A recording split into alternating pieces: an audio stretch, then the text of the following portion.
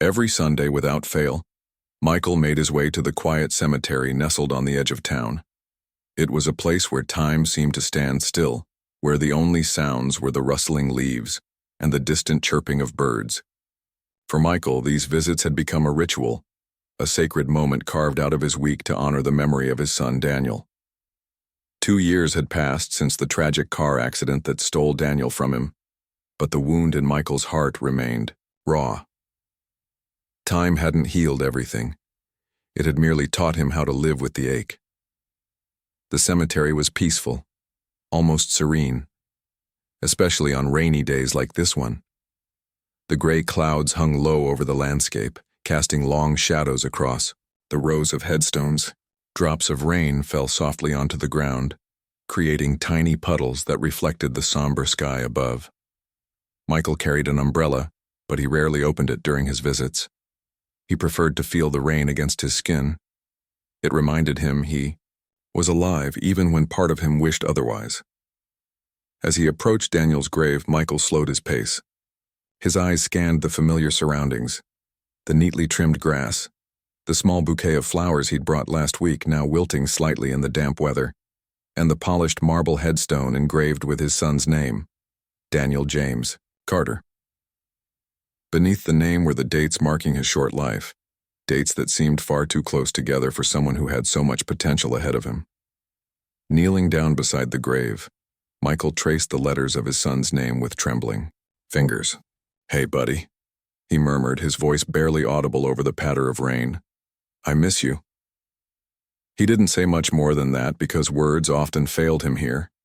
Instead, he sat in silence, letting the weight of his grief settle around him like a heavy blanket.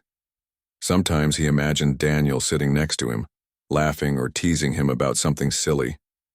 But those moments were fleeting, just fragments of memories trying desperately to keep their hold on reality. It was then, as Michael stared at the headstone, that he noticed something unusual.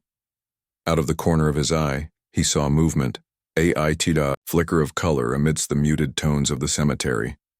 Turning his head slowly, he spotted a figure sitting cross-legged not far away. At first glance, it looked like a child, though her appearance was disheveled. Her hair was tangled, matted, by what appeared to be weeks or perhaps months of neglect. She wore clothes that were too big for her slight frame, the fabric dirty and frayed at the edges. Despite her unkempt state, there was something striking about her presence. She sat perfectly still, her wide eyes fixed intently on Daniel's headstone. Michael frowned, unsure whether to approach her or leave her be. Children weren't common visitors to this part of the cemetery, especially not alone. Curiosity got the better of him, and after a moment's hesitation, he rose to his feet and walked toward her. Each step squelched softly in the wet grass, and he could feel the girl's gaze shift to him as he drew nearer. "Hi," Michael said gently, stopping a few feet away.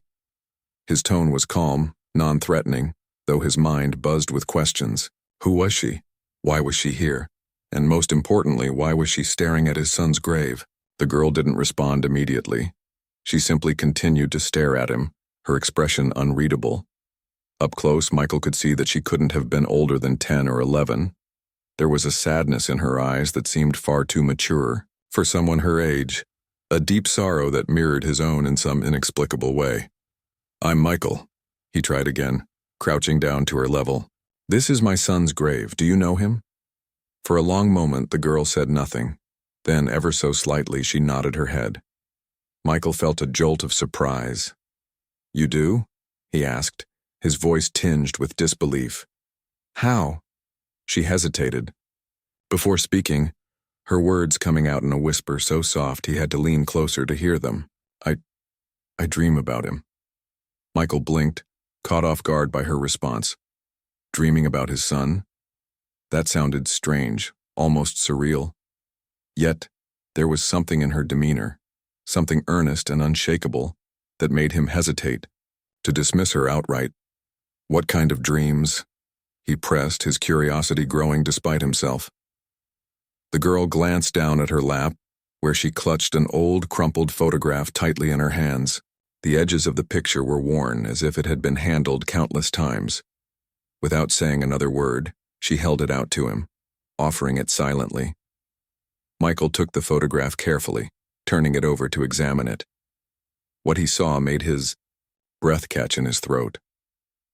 The image was faded and grainy, but there was no mistaking the boy in the photo. It was Daniel. He stood smiling beside a woman Michael didn't recognize, their arms wrapped around each other in a casual embrace. The background was blurry, but it looked like they were standing near a park bench under a tree. "How did you get this?" Michael asked, his voice shaking slightly. He looked back at the girl, searching her face for answers, but she remained silent, her lips pressed into a thin line. Rain continued to fall around them, soaking through Michael's shirt and dripping off the brim of his hat.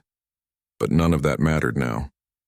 All he could think about was the photograph in his hand and the mysterious girl sitting before him. Something about her felt different, unexplainable. And though he couldn't put his finger on it yet, he knew instinctively that meeting her wasn't a coincidence. As he stood there staring at the girl and the photograph, Michael felt a strange mix of emotions swirling inside him. Confusion, intrigue, and a glimmer of hope he hadn't felt in years. Whatever connection this girl had to his son, he was determined to find out. Because in that moment, surrounded by the quiet solitude of the cemetery, Michael sensed that his journey of grief was about to take an unexpected turn, one that might lead him closer to understanding the boy he had lost.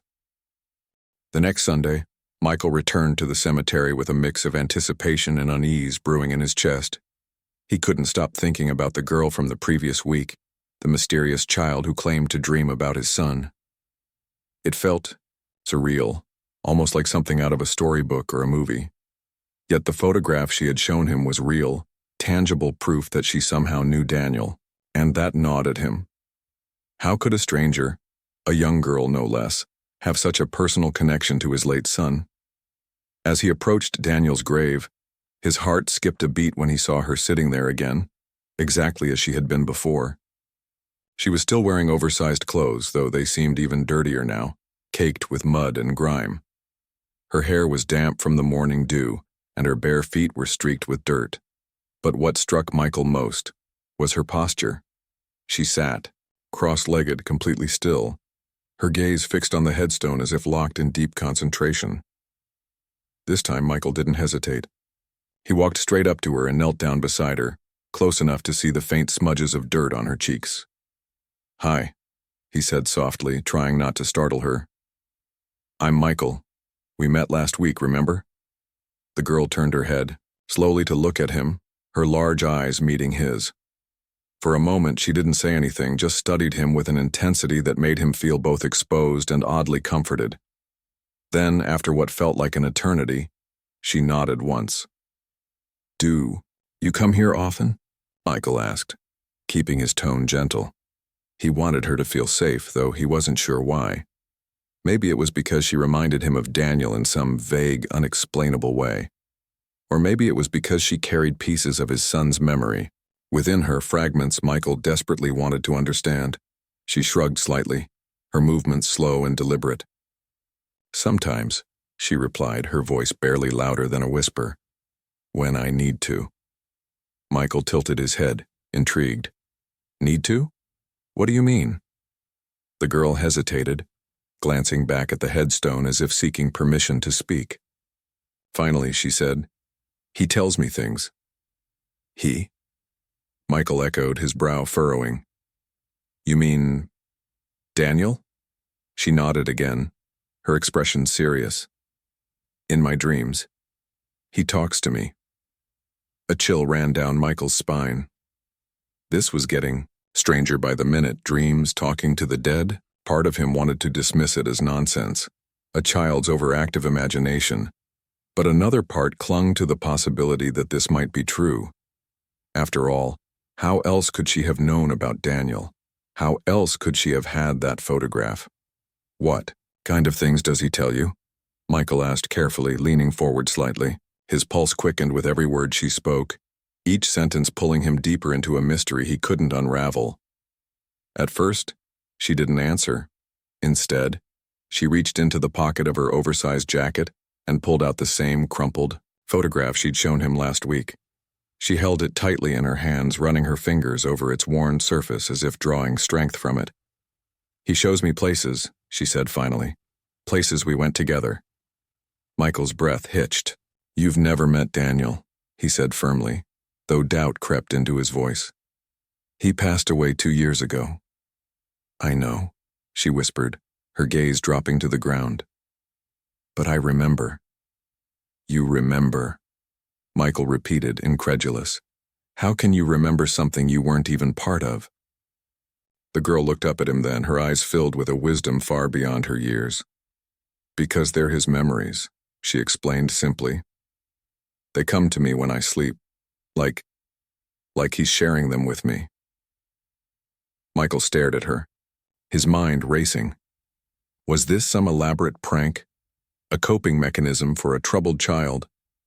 Or was it possible, just maybe, that Daniel's spirit was reaching out to her, using her as a vessel to communicate? The thought sent shivers through him, but also sparked a flicker of hope. If this girl truly had access to Daniel's memories, then perhaps she could give Michael a glimpse into the life of the son he'd lost too soon. "Can you tell me about one of these memories?" Michael asked, his voice trembling slightly. "Something specific?" The girl closed her eyes for a moment as if gathering her thoughts. When she opened them again, her expression softened. "There's a park," she began, her voice steady now, "with a big oak tree.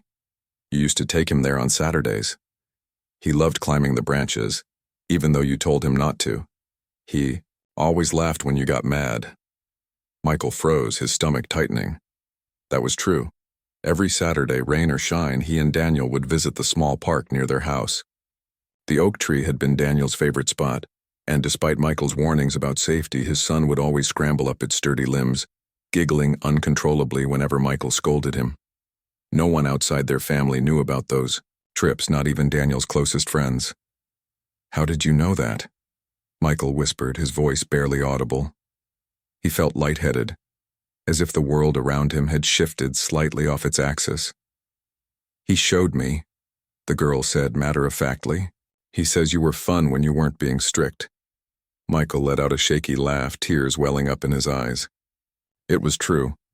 Daniel had always teased him about being overly cautious. Hearing it now, spoken by this strange girl, felt like a punch to the gut. But it wasn't anger he felt. It was longing, a desperate yearning to reconnect with the boy he missed so much. Encouraged by her willingness to share, Michael pressed further. "What else has he told you?" The girl hesitated, biting her lower lip. "He talks about a diary," she admitted. "A secret one he kept under his bed. He says, it's important." "A diary?" Michael echoed, frowning. He hadn't known Daniel kept a diary. They'd always been open with each other, or so he thought. The idea that his son had secrets stung more than he cared to admit. "He says it has answers," the girl added cryptically. "Things you need to know." Michael's heart pounded in his chest. Answers? To what? What could Daniel possibly want him to discover? Whatever it was, Michael knew he had to find out. If this girl was telling the truth, and everything she'd said so far suggested she was, then the diary might hold the key to understanding not only Daniel's life, but also the connection between him and this mysterious child. Before Michael could ask more questions, the girl stood abruptly, brushing dirt off her knees. "I have to go," she muttered, avoiding his gaze. "They'll be looking for me." "Wait," Michael called after her, rising to his feet. "Who will be looking for you? Where do you live?" But she was already walking away, her small figure disappearing among the rows of headstones. Michael watched her go, torn between chasing after her and staying rooted to the spot. Something about her urgency worried him. Who was she running from? And why did she seem so afraid? For the rest of the day, Michael couldn't shake the encounter from his mind. The girl's words replayed in his head like a broken record, each phrase tugging at a different emotion: grief, curiosity, hope. By the time night fell, he'd made up his mind. Tomorrow, he would search Daniel's room. If there really was A diary hidden under his bed. He needed to find it, because whatever secrets it held, they might finally bring him closer to the son he'd lost, and to the enigmatic girl who claimed to carry pieces of Daniel's soul within her. The next morning, Michael woke up with a sense of purpose he hadn't felt in years. The girl's words about the diary had ignited a spark inside him, a mix of hope and determination that pushed aside the usual fog of grief. He hadn't been to Daniel's room since the accident. It was too painful, like stepping into a museum where every item on display reminded him of what he'd lost. But now, driven by curiosity and the faint possibility of reconnecting with his son, he found himself standing outside the closed door. Taking a deep breath, Michael turned the doorknob and stepped inside. The air smelled stale, untouched by fresh breezes or sunlight for 2 long years. Everything was exactly as it had been the day Daniel died. The neatly made bed, the shelves lined with books and trophies, the desk cluttered with school papers, and half-finished drawings. For a moment, Michael simply stood there, letting the memories wash over him. He could almost hear Daniel's laughter echoing through the walls, see him sprawled on the floor playing video games, or curled up in bed, reading one of his favorite novels. But Michael didn't have time to linger in nostalgia. His eyes darted around the room until they landed on the bed. The girl had said the diary was hidden underneath it. Kneeling down, he lifted the edge of the mattress, his heart pounding in anticipation. At first, all he saw was dust and cobwebs, clinging to the wooden frame. Then, tucked into the far corner, he spotted something small and rectangular wrapped in an old t-shirt. Carefully, he pulled it out, unwrapping the fabric to reveal a plain black notebook with slightly worn edges. Michael's hands trembled as he opened the cover. The first page was dated nearly 3 years ago, shortly after Daniel turned 14. Scrawled across the top in his son's familiar handwriting were the words, "This is my secret life." Beneath it, a doodle of a tree with sprawling branches framed the sentence, almost like a promise to keep its contents safe. Flipping through the pages, Michael discovered a treasure trove of Daniel's inner world. His thoughts, fears, dreams, and even secrets. There were entries about school, crushes, arguments with friends, and moments of self-doubt. Some passages made Michael smile, while others brought tears to his eyes. But what caught his attention most were the recurring mentions of someone named Elle. At first, Michael assumed Elle was a nickname for one of Daniel's friends. But as he read further, he realized this person wasn't just a casual acquaintance, they were special. Daniel wrote about shared adventures, late-night conversations, and promises whispered under the stars. In one entry, he described meeting Elle at the park near their house, the same park Michael had taken Daniel to every Saturday.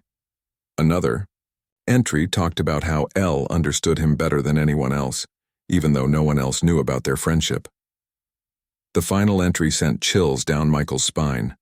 Written only weeks before the accident, it read, "I promised Elle we'd always find each other no matter what happens. If something ever separates us, I'll leave clues so we can meet again. This diary is part of that promise. Someday someone will need to know the truth." Michael sat back on his heels, the diary resting heavily in his lap. His mind raced as he pieced together the fragments of information.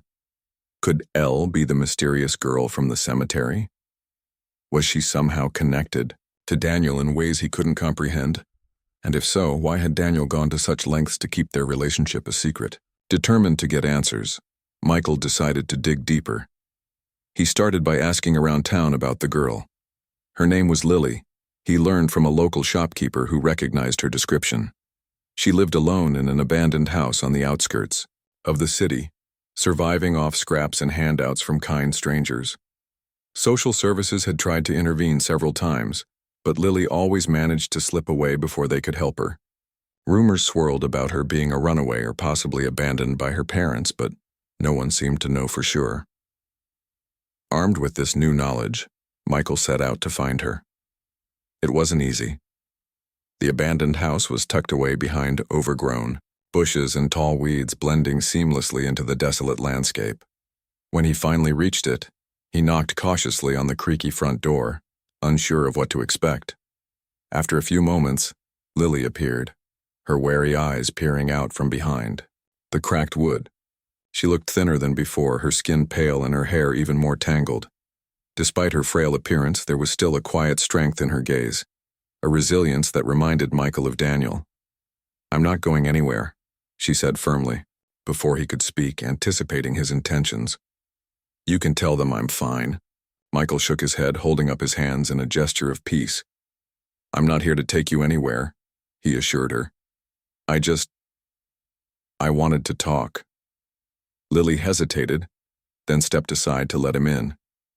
The interior of the house was dimly lit, with broken furniture scattered haphazardly across the dusty floor.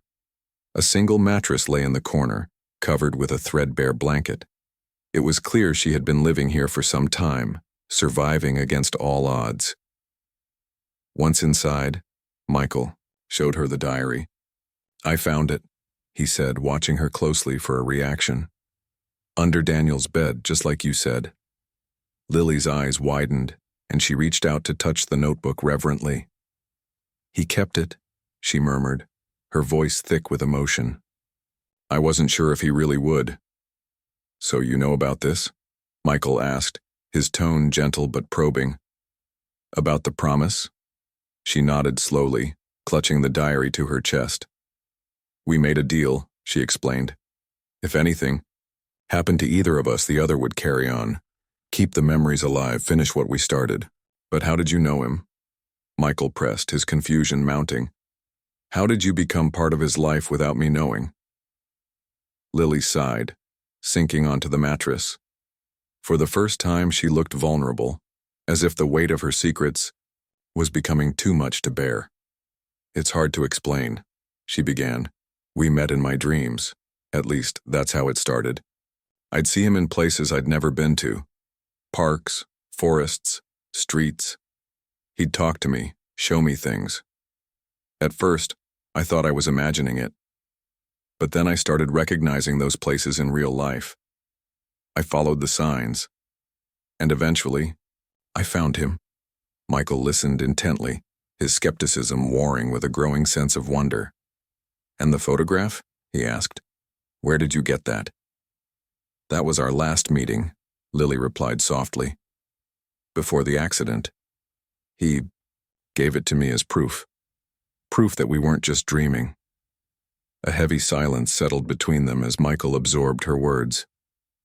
It defied logic, yet everything she said aligned perfectly with what he'd read in the diary. The park, the oak tree, the shared adventures, all of it matched. Whether it was coincidence, fate, or something beyond human understanding, Michael couldn't deny the connection between Daniel and Lily. As the afternoon light filtered through the cracked windows, casting long shadows across the room, Michael made a decision. Whatever force had brought Lily into his life, he couldn't ignore. Though she wasn't just a random child, she was a link to his son, a living embodiment of the bond they once shared.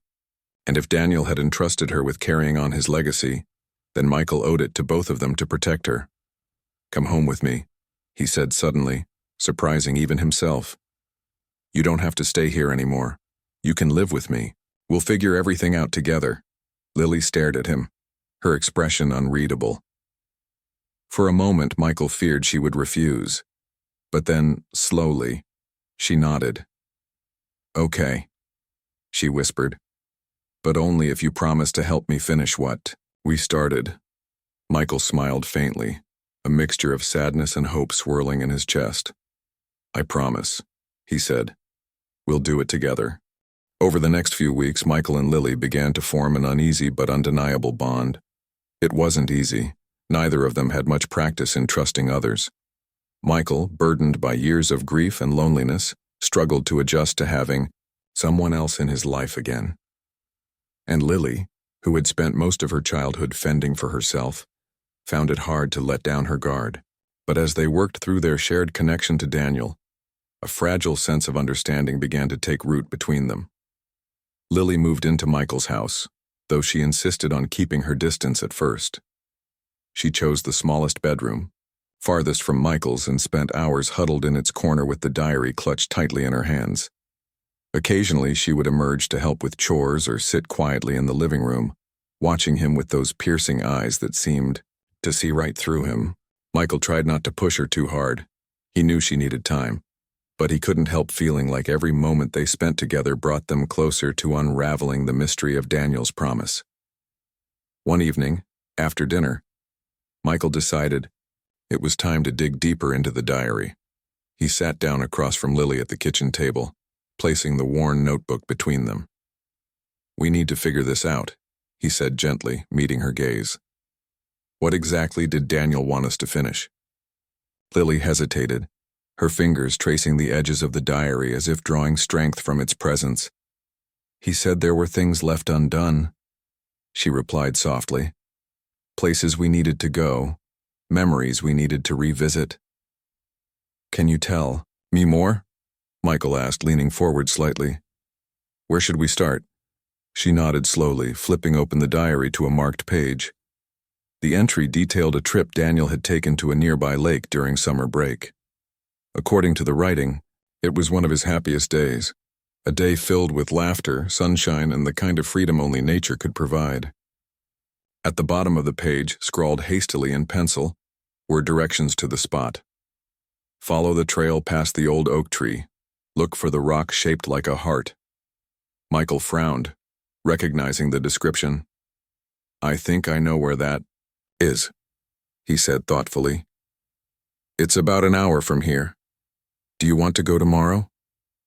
Lily's eyes lit up for the first time since moving in. "Yes," she whispered, her voice tinged with excitement.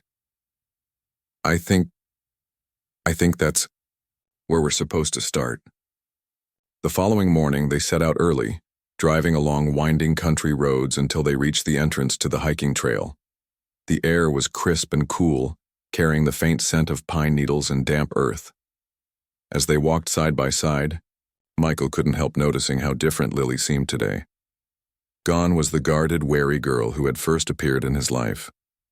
In her place was someone lighter, almost carefree, as if being near Daniel's memories gave her a sense of purpose. They followed the path as described in the diary, passing towering trees and patches of wildflowers until they came upon a massive oak tree standing alone in a clearing. Beneath it lay a cluster of rocks, one of which stood out immediately, a smooth stone shaped unmistakably like a heart. "There it is," Michael murmured, pointing toward the rock. "Just like he wrote." Lily knelt beside it, brushing away leaves and dirt until she uncovered something hidden beneath.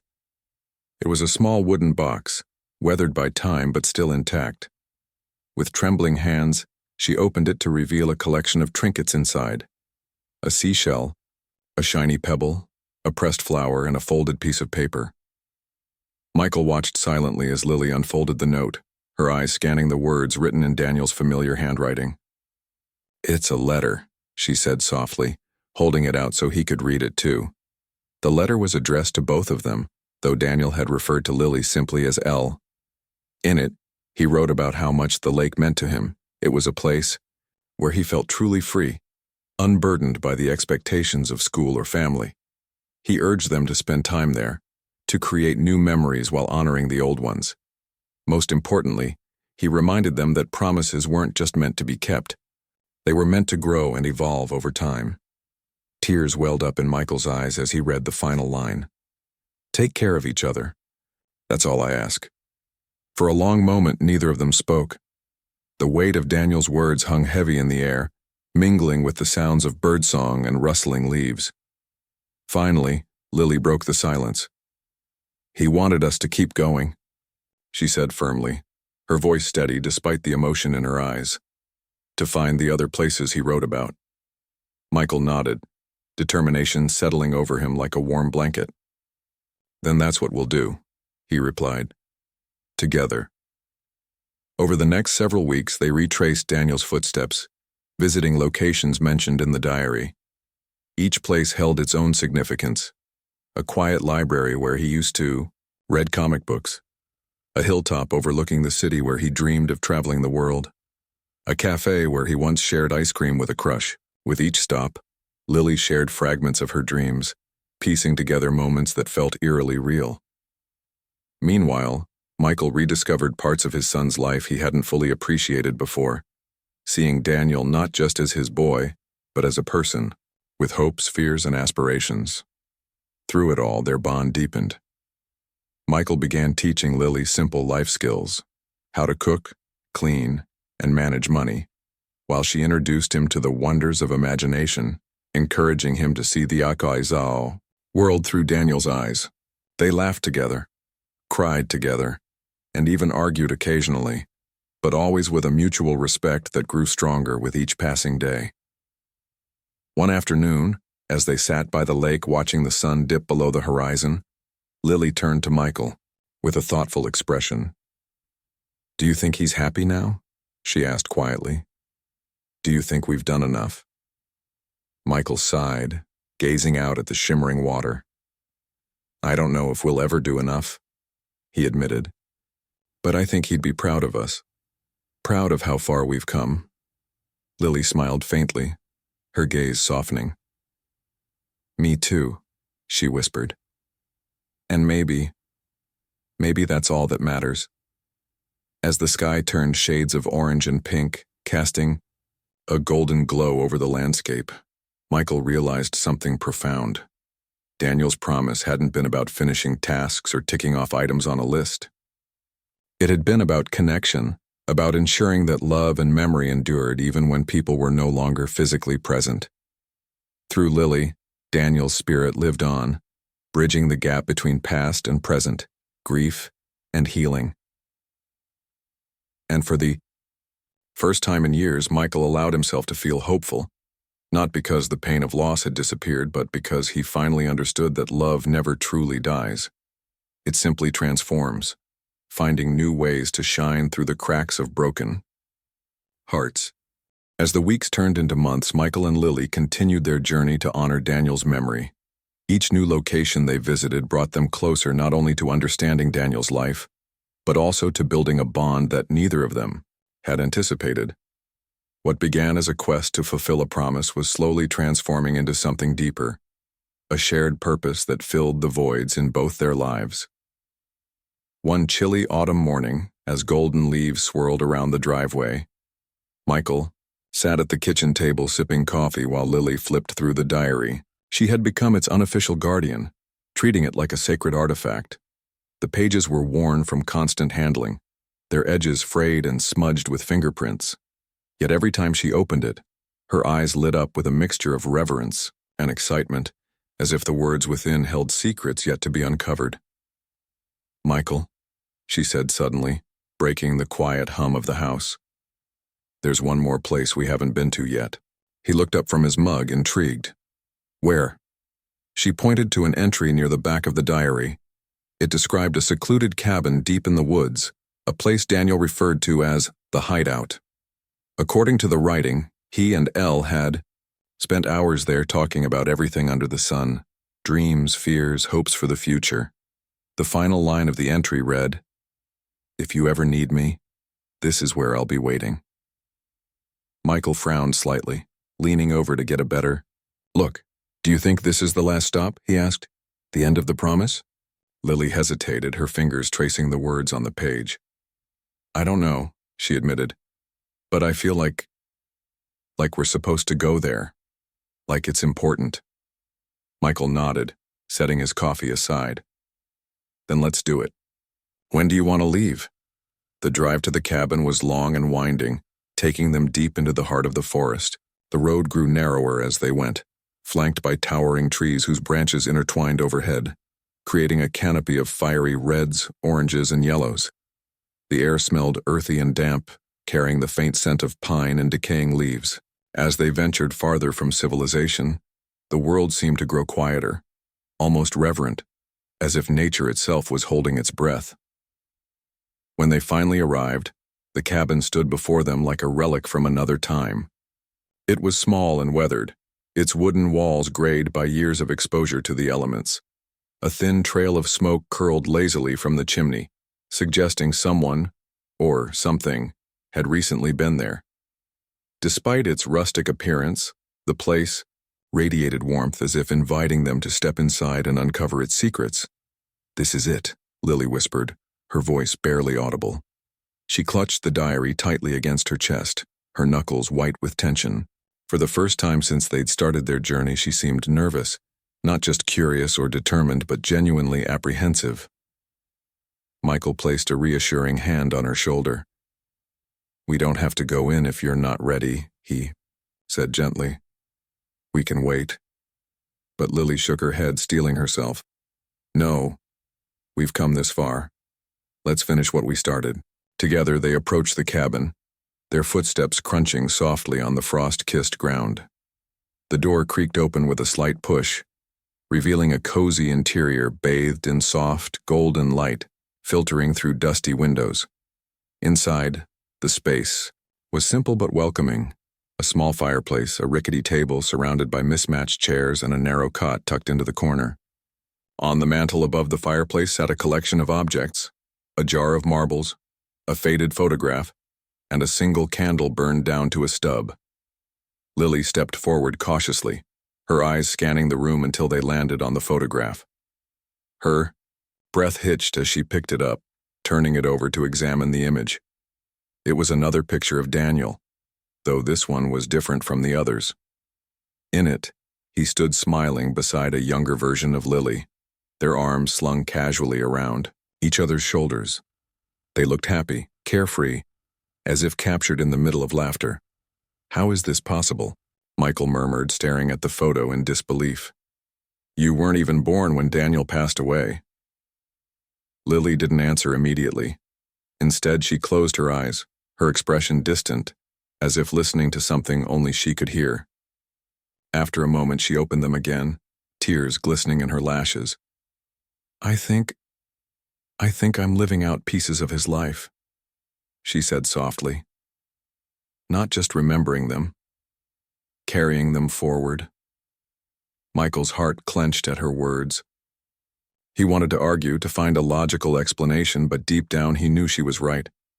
Everything about Lily, from her dreams to her memories to the way she seemed to embody parts of Daniel's personality, pointed to something beyond comprehension. She wasn't just connected to Daniel, she was part of him, a living echo of the boy he had lost. "I don't understand how any of this works," Michael admitted, his voice thick with emotion. "But I know one thing for sure. You're not alone anymore. Neither of us is." Lily smiled faintly, clutching the photograph to her chest. "Thank you," she whispered, "for believing me, for helping me finish what we started." They spent the rest of the afternoon exploring the cabin, discovering little mementos left behind by Daniel. There was a notebook filled with sketches of animals and landscapes, a playlist of songs he used to love, and even a letter addressed to "Whoever finds this." In the letter, Daniel wrote about the importance of finding joy in unexpected places and cherishing the people who matter most.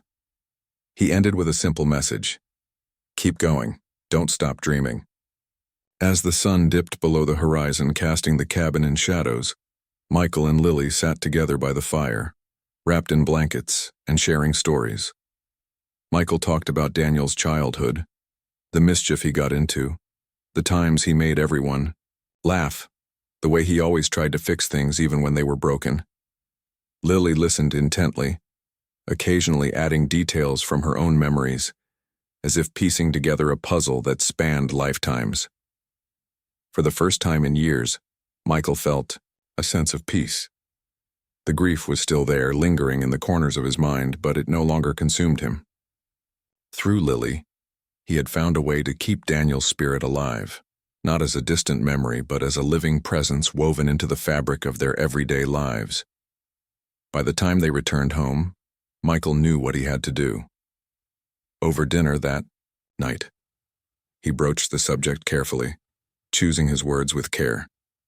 "Lily," he began, his tone gentle but firm, "I want you to stay here permanently, with me, as my daughter." Lily froze, her fork hovering midway between her plate and her mouth. Her wide eyes met his, searching for sincerity. "Are you sure?" she asked hesitantly. "I mean, I'm not really your family." "You are now," Michael replied without hesitation. "Family isn't just about blood, it's about connection, about love, and I can't imagine my life without you in it anymore." Tears spilled down Lily's cheeks as she nodded, unable to speak. For so long she had lived without roots, drifting through life like a leaf caught in the wind. But now, for the first time, she felt grounded, loved, whole. In the days that followed, Michael officially adopted Lily, giving her a name she hadn't dared hope for, Carter. Together, they continued honoring Daniel's legacy, not just by visiting the places he loved, but by living fully and fearlessly, just as he would have wanted. Through Lily, Michael found a second chance, not to replace what he had lost, but to embrace the beauty of what remained. And though questions lingered about how and why Lily carried pieces of Daniel's soul within her, neither of them dwelled on them. Some mysteries, they realized, were meant to remain unsolved. What mattered most was the bond they shared, a bond forged in grief, strengthened by love, and destined to endure for the rest of their lives. Months passed, and life in Michael's home settled into a rhythm that felt both new and familiar. The house, once filled with silence and shadows, now buzzed with activity. Lily, now officially Lily Carter, had begun to thrive in ways neither she nor Michael could have imagined. She enrolled in school for the first time, her sharp mind quickly earning praise from teachers who marveled at her determination. At home, she embraced small joys, cooking meals alongside Michael, tending to the garden they planted together, and reading late into the night by the glow of a bedside lamp. But what truly transformed their lives was the unspoken understanding between them. They weren't just father and daughter, they were partners on a journey neither fully understood but both deeply cherished. Every memory of Daniel became a thread weaving them closer together, a reminder that love, even when tested by loss, could find new forms and flourish. One crisp spring morning, as sunlight streamed through the kitchen window, Michael noticed Lily staring at Daniel's diary. It had become a fixture on the bookshelf, its worn cover facing outward like an old friend waiting to be revisited. He paused mid-sip of his coffee, watching her thoughtfully. "You okay?" he asked softly, setting down his mug. Lily glanced up, startled out of her thoughts. "Yeah," she replied, though her voice carried a hint of hesitation. "I was just thinking about Daniel." Michael nodded, pulling out a chair beside her. "What about him?" She hesitated, tracing the edge of the table with her fingertip. "Do you think he knows? About us, I mean. About everything we've done for him." The question hung in the air, heavy yet tender. Michael took a deep breath, considering his answer carefully. "I don't know if he knows in the way we'd want him to," he admitted, "but I believe he feels it. Somehow, somewhere, I think he knows we kept our promise." Lily smiled faintly, her eyes softening. "That's good enough for me." Later that week, they decided to visit the cemetery again, not out of obligation, but because it felt right. The grounds were alive with the colors of spring, daffodils blooming along the pathways, birds chirping cheerfully in the trees. As they approached Daniel's grave, Michael couldn't help noticing how different it felt this time. The air wasn't heavy with grief anymore. Instead, it seemed lighter, almost peaceful. They stood side by side before the headstone, each lost in their own thoughts. After a moment, Lily knelt down, placing a single flower, a bright yellow sunflower, on the grass. "Hey, Daniel," she said softly, her voice steady despite the lump in her throat. "We did it. We finished what you asked us to." Michael watched her, his chest tightening with emotion. For so long he had come here alone, burdened by guilt and regret. But now, standing beside Lily, he realized how much had changed. Daniel's death would always leave a scar, but it no longer defined him or them. Together they had built something beautiful from the ashes of loss. "I miss you," Lily continued, her voice trembling slightly. "Every day, but I'm happy too. Because of you. Because of him." She gestured toward Michael, who placed a comforting hand on her shoulder. Michael stepped forward then, kneeling beside her. "Thank you, buddy," he murmured, his voice thick with gratitude, "for bringing us together, for showing me that love doesn't end, it just grows in ways we can't always see." As they sat there in silence, the wind rustled through the nearby trees, carrying with it the faint scent of fresh earth and blooming flowers. And in that moment, both Michael and Lily felt it, a sense of presence, warm and reassuring, wrapping around them like an invisible embrace. Over the following months, their lives continued to evolve. Lily excelled in school, making friends for the first time and discovering passions she never knew she had. Art became her favorite outlet, and soon her sketches began filling the walls of the house, vibrant depictions of the places she and Michael had visited during their journey. Each drawing told a story, capturing not only the landscapes but also the emotions tied to them: joy, wonder, longing, and hope. Michael, too, found himself changing. The weight of his grief no longer dragged him down.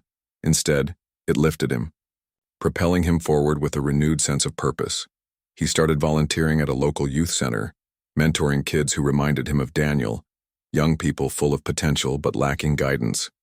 Through these interactions, he came to understand that while Daniel was gone, his legacy lived on in countless ways, including the bond he shared with Lily. On one particularly sunny afternoon, as they sat together on the porch sipping lemonade, Lily turned to Michael with a mischievous grin.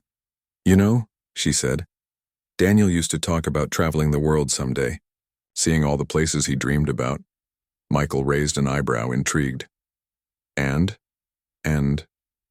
She leaned back in her chair, squinting against the sunlight. "I think we should do it. For him. For us." Michael chuckled, shaking his head in disbelief. "Traveling? You serious?" "Why not?"